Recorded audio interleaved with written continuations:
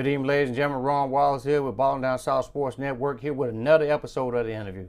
Now, my next guest last season averaged 21 points a game, 11 rebounds, has a 3.0 GPA, is in the top ranked 2022 class in the state of Alabama, is one of the top recruits in the nation. And yes, ladies and gentlemen, he is the new Gatorade of Alabama Player of the Year. Without further ado, let me go ahead and bring on McGill Tulane Sr., Barry Dunning Jr. How you doing today, Barry? I'm doing great. Man, it was good to see you guys play on yesterday over at South Alabama. Man, I haven't saw you play since last season. I saw a highlight of you from a summer event when you with your AAU team. But man, how in the world did you? Now you were on a visit, from what I understand, with Arkansas when you found out the news that you was the Gatorade Player of the Year here in the state of Alabama. How did you find that out? It was the second day of my visit, and I woke up that morning around like 8 or so, cause my phone was just kept ringing and ringing and ringing. I was like, "What's going on?" So I look up. The first person who texted me was my coach, so I always answer coach text first, and he said, "Congratulations, son, you won Gatorade Player of the Year." And at first I was just like, "Huh?" I was kind of caught off guard. It took me a little time to marinate on it and realize what was really going on. Then I woke up, got ready, then I was just full of joy.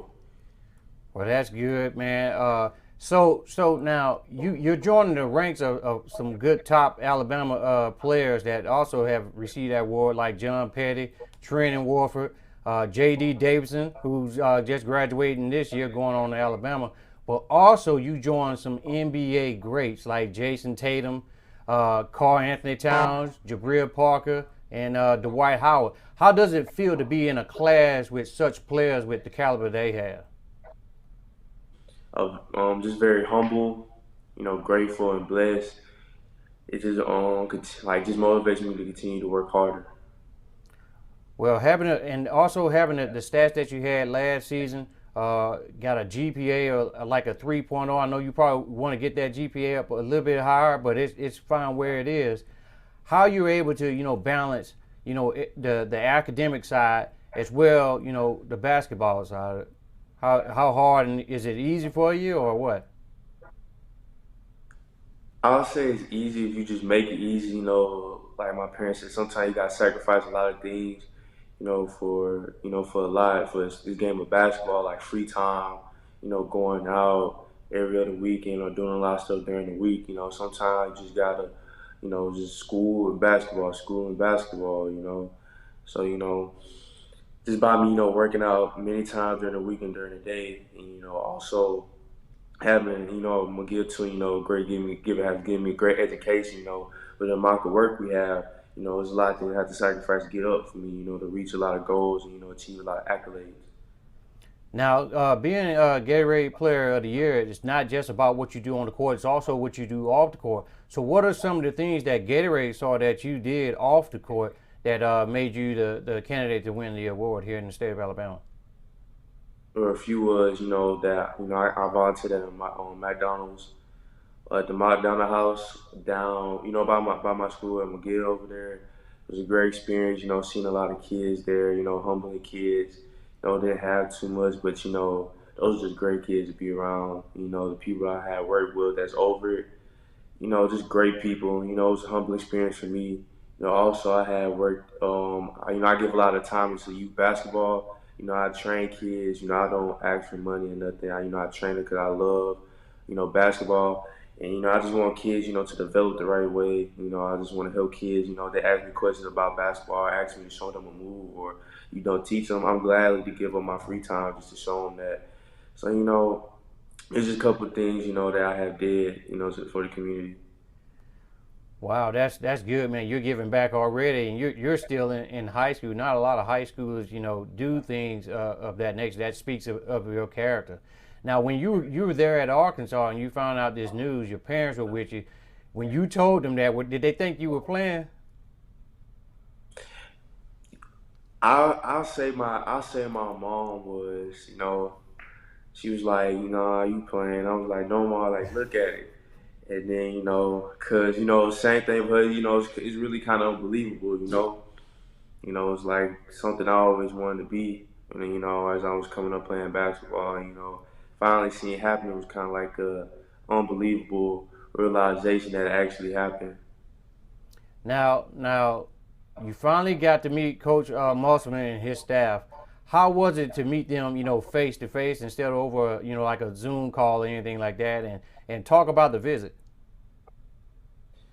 It was very convenient, meeting Coach Musselman and his staff, just during that whole quarantine, that whole dead period where NCAA didn't allow the coaches to come out, to see any of the players. It's way more convenient. Finally I get to see these great people, in person and spend time with them, getting to know them, you know, about them and, their program, what's going on around the school. And the visit was great. As soon as I step off the plane, I tell a lot of people that it felt like I never left Alabama. It was like I just took a 5 minute drive, even though the flight was about 4 hours. But I mean, it felt, as soon as I got to, Fayetteville and Arkansas, it felt like a community. It felt like a family, a big family, and they all love each other, support each other. Big Razorback fans. It's Razorback or nothing over up there. So just able to enjoy that experience. Seeing you know how the college basketball player in Arkansas lives day to day, every day. It was a great experience for me to realize and to see. And I was great that I had took that visit. Now, I know a lot of other schools are after you, like Alabama, Georgia Tech, Ole Miss, Memphis, South Alabama, Western Kentucky University. But you do know Arkansas is in one of the top 10 programs in the country. Yes, sir. Now I know. Now, one matter of fact, one of Coach Musselman's players just entered the NBA draft. They're going to hire an agent, and he's definitely looking forward to it. So there are a lot of Razorbacks that have came in and went on and played professionally. So what are some of the things that you're working on your game before heading to college, graduating high school first, and then going on to college? One thing I realized at their practice was, that 3-point line is a little bit further than the high school.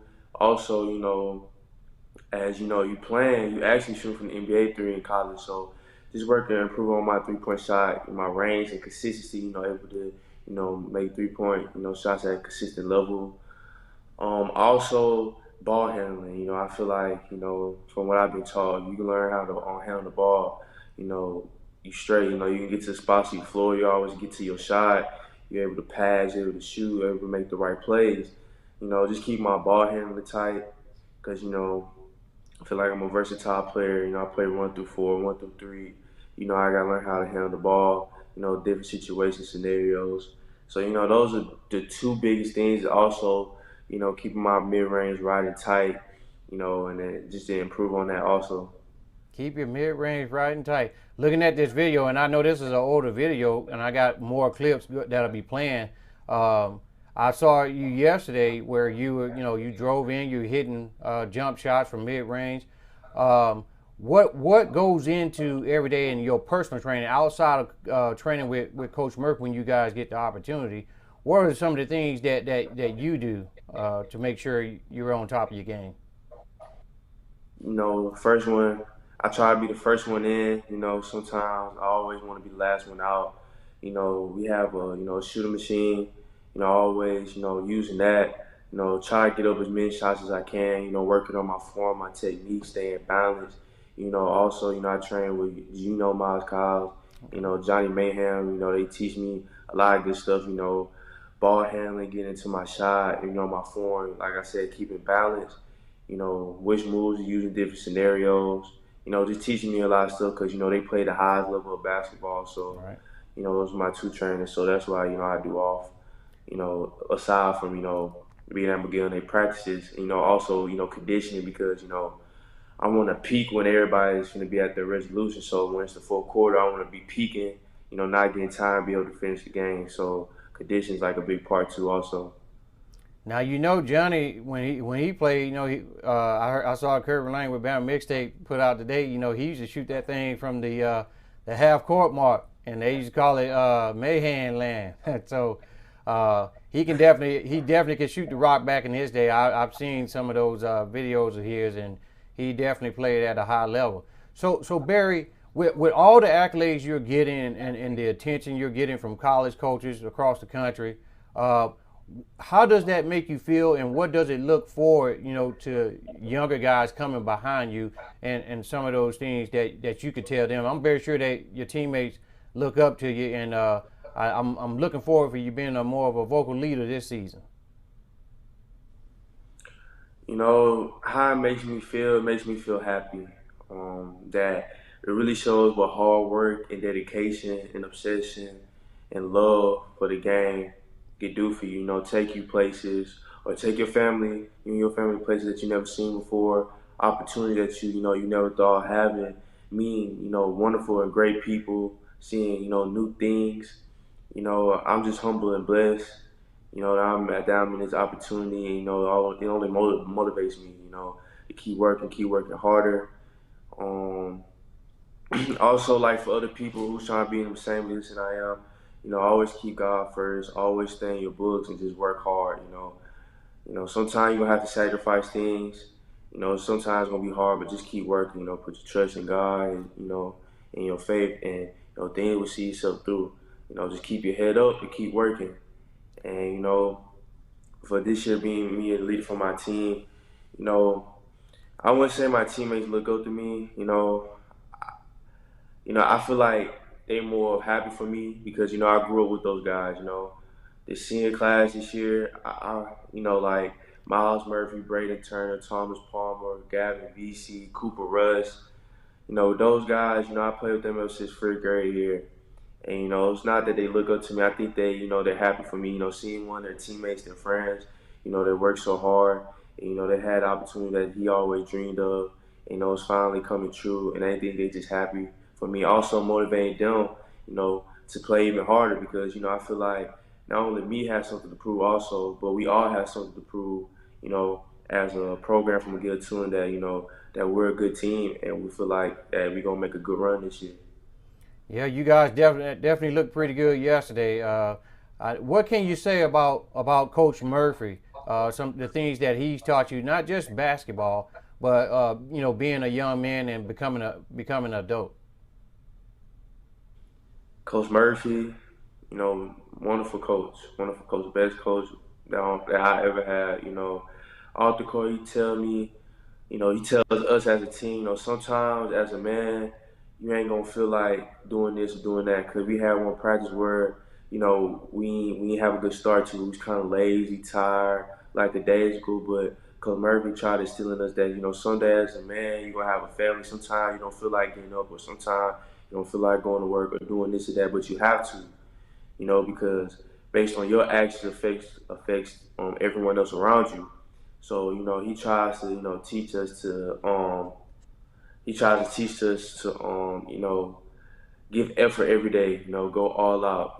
Also enjoy life and also show empathy to others because showing empathy to others is a chain reaction, a chain effect, and also it helps us mentally.